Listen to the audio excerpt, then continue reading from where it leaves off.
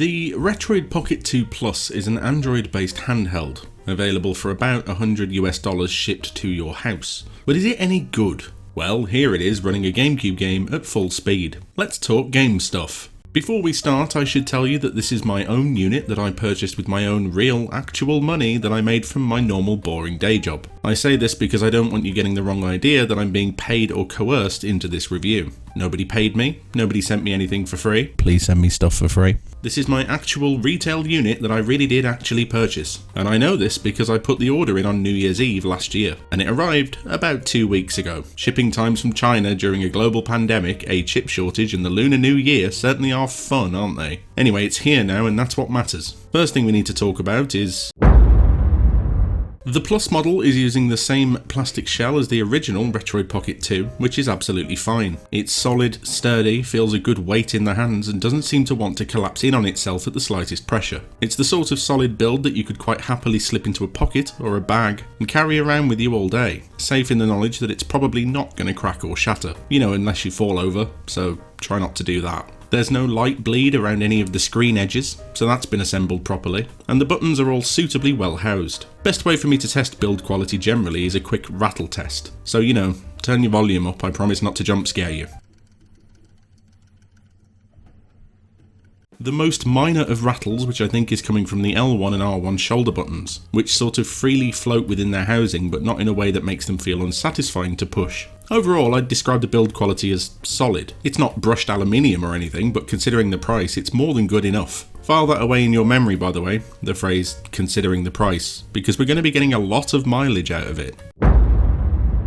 Play ergonomics is how I describe what some people might call hand feel, and I probably would as well if I didn't also like writing proper sentences with real words. This is how it feels, you know, in the hands, to hold and play on. This is mostly great, actually. I love the form factor, it's tight and simple. We're not reinventing the wheel because the wheel was already quite comfortable to hold, and this metaphor is rolling away from me, but you get the point. If I had one criticism, and it's actually quite a large one, it's this right analog stick. It's not an analog stick at all, sadly. It's a kind of circle pad style nub that shifts under your thumb rather than moving in a pleasant and direct way. It doesn't make any sense to me because the left analog stick is an analog stick, so why isn't this analog stick also an analog stick? Answers on a postcard to the usual address. Other than that, it's lovely. It's got a solid and clearly defined D-pad, which I'm running through my usual test here of spamming reuse moves in Street Fighter like I'm playing online, and it's totally fine. You can reach the shoulder buttons in a natural way, and the system fits nicely in the hands overall, so that's a plus. There's a bit of reach for the volume buttons housed on the top, but you don't need volume all that often anyway, so it's not that big a deal. And it stops you from accidentally pushing them, which you sometimes get when they're located on the sides instead. In fact, all of your main functions for charging, data transfer, HDMI out, and power are located on the top, with the only bottom port being the 3.5mm headphone jack, so you're never going to accidentally bump any of these in the course of normal gameplay,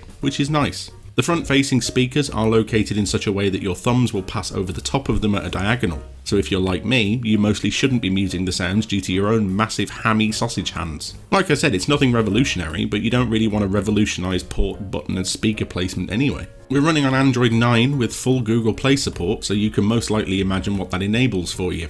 The most important new feature of the Plus over the regular Pocket 2, for me, is the inclusion of a touchscreen. Navigating the Android ecosystem without a touchscreen is a bit like trying to do your own dental surgery with a pair of gardening shears. You probably could, but I wouldn't really advise it. There's a nice standard Android skin, but there's also the inclusion of a custom Retroid launcher that's sort of like a Launchbox style front end. It's easy enough to set up following the included setup guide that launches when you first powered the thing on, and it'll scrape for box arts and thumbnails based on the files you've included, rather than just on the names of the games themselves, which can end in better results for artwork, etc. It'll walk you through the whole process too, which is nice and relatively user-friendly if you're the kind of person who doesn't like having to faff with Android on these devices to get everything working. Me, I don't care that much. I don't feel the need to carry around a neatly organised library of all the games I own. I just open up the app I want, pick my game, and off we go. But it's a neat option if you want it. There's a key mapping feature for native Android games that don't have controller support, but I'll be honest, I don't know how good it is because I haven't used it.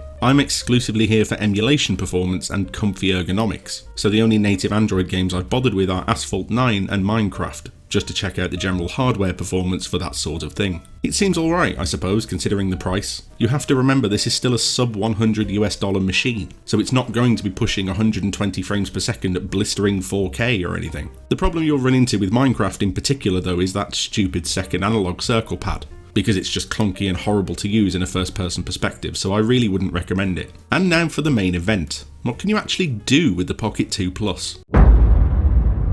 Well, I won't insult you by taking up your time with the low-end older stuff. It can of course do everything up to and including the SNES and Mega Drive without breaking a sweat. But we're at a point now where that isn't really impressive, so we'll go straight to the 32-bit era instead. The PS1 is absolutely excellent. The performance, I mean, not a value judgment on the whole console, although that's also accurate. I personally use the DuckStation emulator for the sake of accuracy, and I haven't run into any problems at all. In fact, I've been rediscovering Ridge Racer Type 4 lately, and kind of lamenting how Namco managed to let what was once a world-leading arcade racer series fade into obscurity. But that's not really anything to do with the Pocket 2 Plus, is it?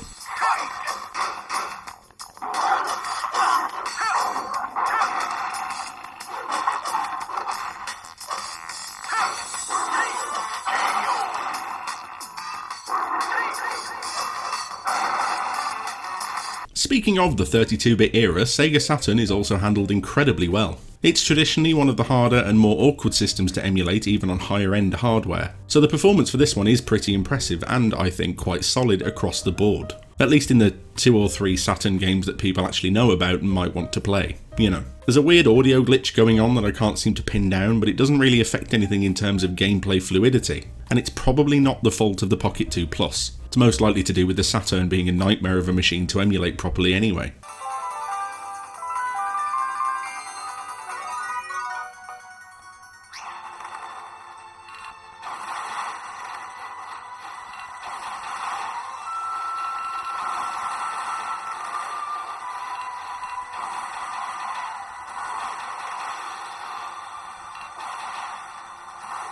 Sticking with the Sega theme straight into the Dreamcast, I haven't had any issues at all, and everything's coming back full speed so far. Now, I haven't tested the entire library, but performance on things like Soul Calibur and Sonic Adventure 2 has been flawless. So I'm comfortable in saying that more often than not, your Dreamcast games are going to run just fine.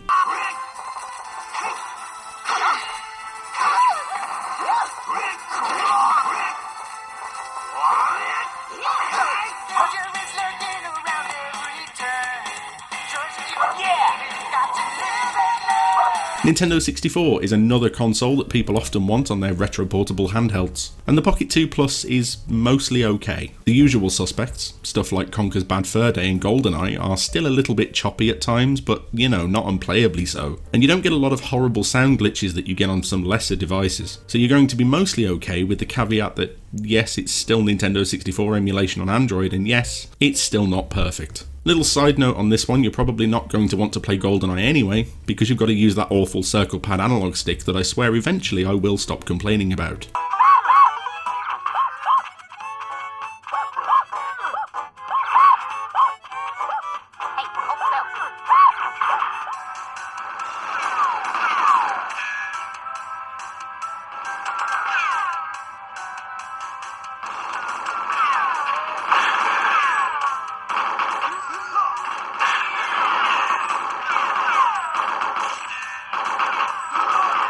On the topic of spotty and slightly uneven performance, PSP is a little bit hit and miss. On the plus side, it's more hit than it is miss, but you're still going to be running into problems with the games you'd expect to struggle with. Stuff like God of War, obviously, and the more advanced games like Midnight Club 3 Dub Edition. But I'm confident saying all 2D games and most 3D games are going to be fine, but we are starting to reach the limits now of what this thing can do. Which, for the price, is still great, just, you know, temper your expectations accordingly.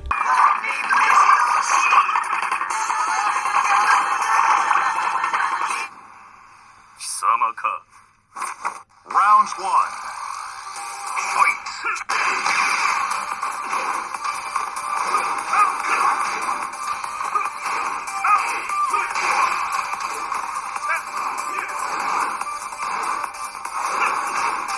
And that's about the end of where you can expect to play most of the library of a console, because next we're going to look at Gamecube. And here's where things get a bit uneven. Incredibly uneven, really. There's been an update recently that improved Gamecube performance considerably, but it's still not what I'd call good or even particularly reliable. There's a handful of games that you can run in a meaningfully playable way, including a really impressive full speed running of Time Splitters 2. The problem, of course, is you'd be stuck playing Time Splitters 2 with that god-awful circle pad, but at least it'll run. The thing with Gamecube on the Pocket 2 Plus is that it's very much not something you should expect to do. It's more like a nice optional side thing that it can do sometimes. Which is okay, you know. This is again a device that comes in under $100 not a flagship smartphone or something 6 times the price.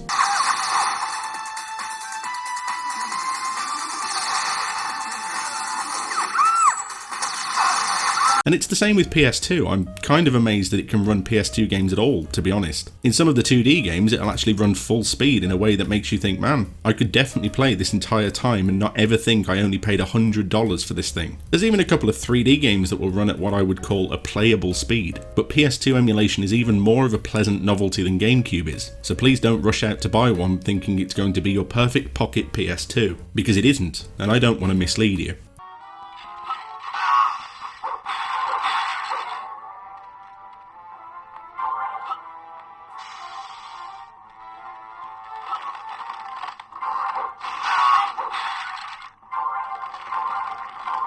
Still, I think it's a bit unfair to end on the Gamecube and PS2 performance because I don't want to focus on what this thing can't do. For the price you're paying and the build quality and ergonomic comfort you end up getting, the Retroid Pocket 2 Plus should really be celebrated for what it can do, and it makes the next part of the video a bit of a foregone conclusion. No, it's awful. Alright, I'm kidding. Yes, I think it's a worthy purchase. It's comparatively cheap when you consider some of the more luxury premium options, but if you want to go up to and a little bit beyond the 32-bit era, you can have full speed performance almost across the board with very few of the usual caveats. Plus on top, there's the added bonus of the few Gamecube games that will run in an acceptable fashion, and who knows whether they'll keep updating the firmware to do it even better. But for the performance to price ratio, I don't think that right now the Pocket 2 Plus can be beaten by anything else on earth. Let me know in the comments if you've got one or if you're planning to pick one up. And on that bombshell, let's move to the